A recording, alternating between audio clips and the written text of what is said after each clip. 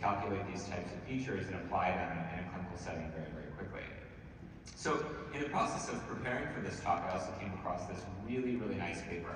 I don't routinely read the journal Bioinformatics, but I came across this paper and I thought it was really, really impressive.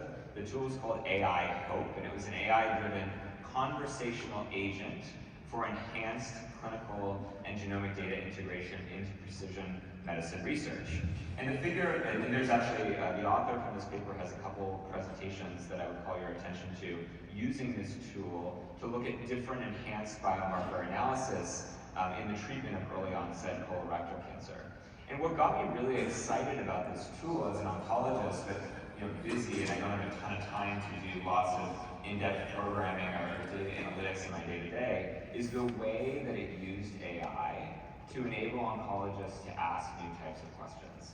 So this uses a conversational method for you to engage with this tool and a data set without needing a programmer or a biostatistician or a bioinformatician in the background actually developing this code for you. This tool develops the code for you, similar to ChatGPT. So if anyone has seen like Gemini or ChatGPT, you know that this can accelerate your productivity dramatically. You can ask it a question about how do I do this or that, and you don't need to spend hours searching the internet trying to find primary sources. It summarizes that data very quickly.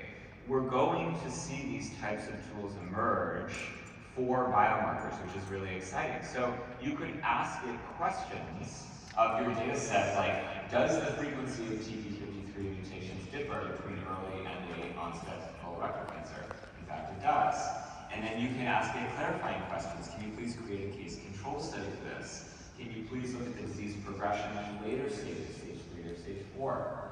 So you can really start as a creative oncologist, letting your mind go wild with these types of things. You could ask it all sorts of different questions.